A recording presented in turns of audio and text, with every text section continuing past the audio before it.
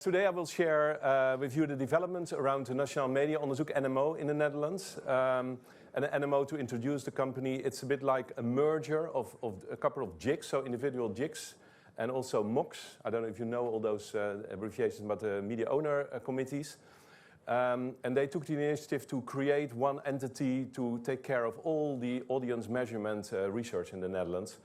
And also to find out if we can bring this all together into cross-media data sets in the end for advertisers, for media agencies and for content creators. I was appointed the MD of this company. It's a new company. I'm still in the kind of startup phase. After more than 25 years at WPP, mostly in mindshare, in global, regional and local roles. So different roles. So I'm not into media audience measurement in detail. So I'm very happy that after me, two people from Ipsos will come on stage. They will give you more insights on a couple of things that I'm also sharing with you. But first, on the NMO, there was inspiration coming from two guys, of course Dutch guys, for the NMO setup. Probably you don't know them. I hope you don't know them, because then my story is better. On the left is Piet Mondriaan, and on the right is Rinus Michels. Piet Mondriaan probably, and both are more known for the products that they created, or created between brackets. On the left, there is Mondriaan's piece of art. It's a special way of how he created art. Very simple geometric shapes, as you know, squares, rectangles, lines.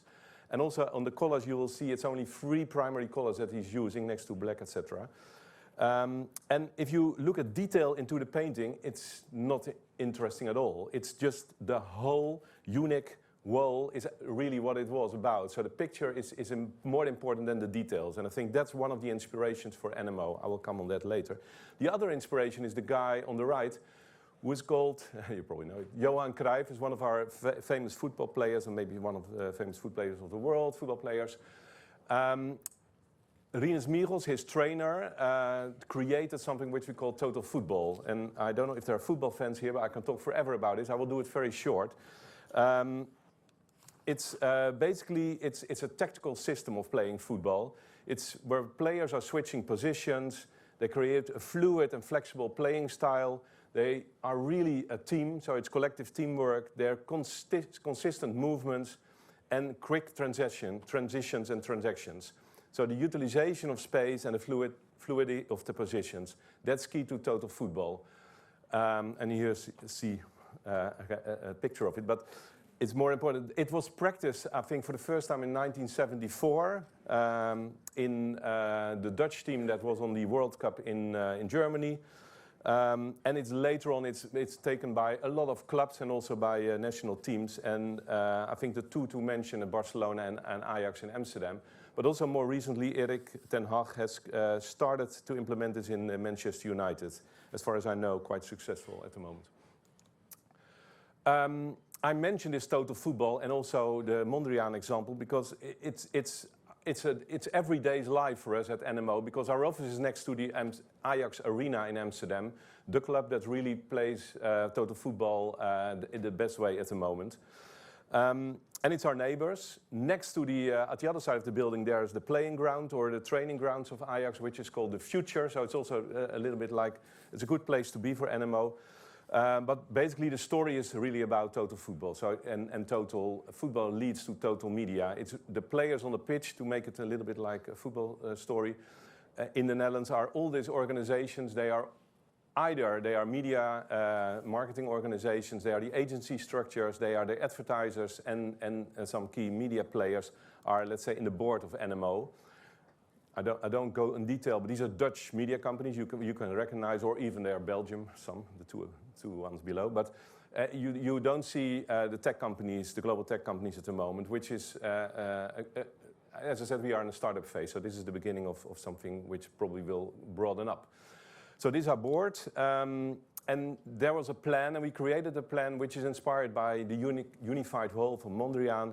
It's really a plan that brings together all the audience measurement, traditionally in silos, and we try to bring it together. So yes, we use technology, the latest technology available through our partners Kantar and Ipsos.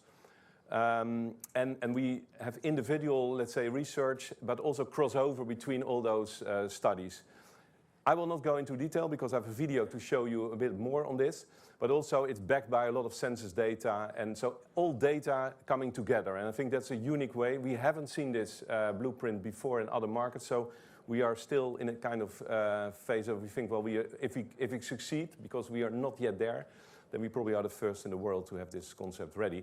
And it's delivers at the end, and that's where the holy grail, or something that the WFA really wants to see happen in the market or the advertisers, is the cross-media data sets. So it brings this all together. So the video is maybe self-explaining. It gives me...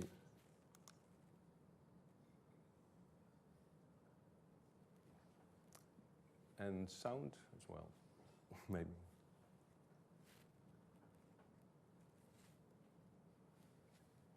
Then it's not self-explaining. Then I still have to do this. Oh, God. Oh my God. No?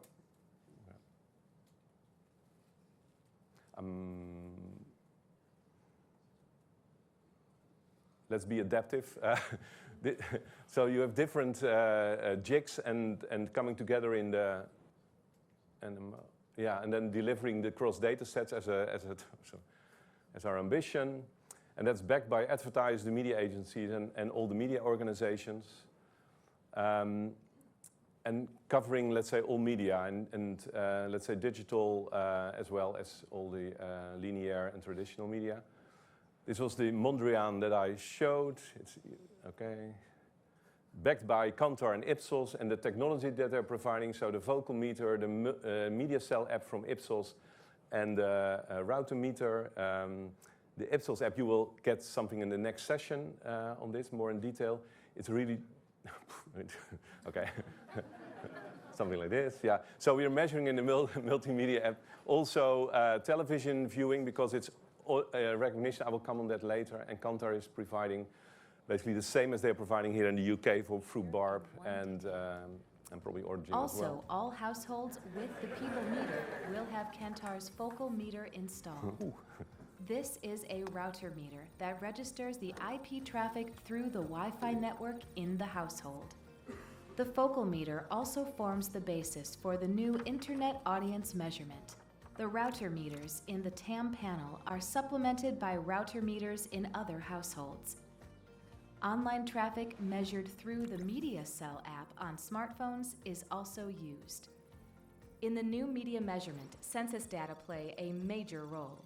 These are, for example, total counts of stream starts, downloads, and/or website visits. And, together with the panel measurements, provide a complete picture of Internet usage, inside and outside the households. The readership survey consists of a combination of a questionnaire and online measurements in the online panel. This creates a complete picture of the reading of media brands, regardless of whether the platform is print or digital. Respondents to the readership survey complete an extensive questionnaire about their product usage. This wealth of information is known as the Doelgroep Monitor and is linked to all NMO respondents. The rich profiles can be used for in-depth media analyses for all media types. For insight into the composition of the Dutch population, there is the Establishment Survey. This survey provides norm figures for media usage and ownership of related devices. It also serves as a recruitment source for NMO's panels and respondents. The NMO design factors in the need for cross-media insights, including for planning and evaluating campaigns. The delivery of NMO will take place in stages. As soon as a component is ready, the market can start working with the results. Thanks. This all delivered, of course, by a great team. And the story I want to tell, it's a relative small team if you compare it to markets like the UK. If you look at the only video measurement in the UK through Barb, it's 40 people. We've got only 15 people, but we are happy to work together with strong media with research parties like Kantar and Ipsos. I will talk a little bit about something that will be taken over by Ipsos in the next presentation. It's the future of audio in practice. It's our new NMO listening, so it's part of the whole setup. it's basically, and I will go very short because I see a counter here. I can't believe it, but it's basically we're moving away in the Netherlands from a very old school diary method where people had to fill in books, e-diaries based on their memory, and this is really a passive instrument, so that we are listening to what people are listening. The composition of a lot of cells or representation, etc., is all covered. And we use audio matching, fingerprinting to get the reference of all the channels in the Netherlands. It gives a lot of new possibilities for the market, so more data becomes available, but minute data instead of data that we delivered only every month. It's now weekly data for every single day and every single program and hour and minute. So for the agencies that can build better targeting and better audiences on this. We launched it in February 1, so only 1 month ago, exactly. And we had to manage, and that's the good news and the disruption in the market. Because it was good news, new measurement, better to work with, but we also saw a difference in listening. So people were listening in the previous survey, let's call it 2 hours and something, to radio on average day. And now it went down with half of the time. So it really, for a radio station, it was a big reveal that it's not as big medium as they thought it was, but they knew it because the measurement was not okay. So, and the good thing is, if we change the method, it doesn't change the effectiveness of the radio, and that's what the message that we brought over to all our agencies and advertisers. So the average listening time went down. But we saw also that the listening time in the Netherlands, it went down, but it is now on the level of other markets. So finally it's there where it should be. So it's now correct, and so we are happy with this measurement. There was a transition plan to go from the old situation to the new situation. That was a big plan. There was a lot of, let's say, communication to the agencies and advertisers because we were afraid that advertisers want to get back money from the past or because the GOPs went up, the pricing. So we managed it very well with the Advertiser Association and the agencies. And also to tell the story, we use a lot of, let's say, webinars and live sessions and all agencies. So we did a lot of travel through Amsterdam to get everyone on this. And we created something like a transition index to help people with the financial bridging the gap from the new to the old survey. There's a video on that, but given the time, I think it's better. I don't know how strict you are on time, but I think you are strict. Yeah. So, but the feedback from the market was basically, yeah, the move was long overdue because now we finally have this measurement. And also something to add is this is really the currency that all the stations are working with in the market as well. So it's not only a large kind of research, but it's really where all the pricing is based on. And it gives the agencies and advertisers more dynamic planning opportunities to grow the business. But there are winners and there are losers. There are doubts and there's fears. As always, you do something new and you disrupt the markets, then you have lovers and haters. So we have a lot of work to be done still. We call it a great start, but we're still looking at everything that we have done so far, if it's the correct way. So the technology plays an important part, but also the acceptance by the panel. So we do this through an independent company, CSSP, together with Ipsos, and also we're optimizing the research on different elements like the panel representation, but also the listening way through headphones. How can we optimize it? So we have made a big step, but there's a lot of work to be done. And I think that was the key, what I wanted to share. It's more about the cross-media data sets is our, let's say, our end game, but through disruption of the different research studies. So we are also working on viewing at the moment, so video. We created, I think, a future for audio, and it's a future of audio is based on total media. My story is very short, but in fact, it's if you look at the Mondrian, the unified world, it seems simple. That's the way forward. But if something is simple, most of the time it's not that simple.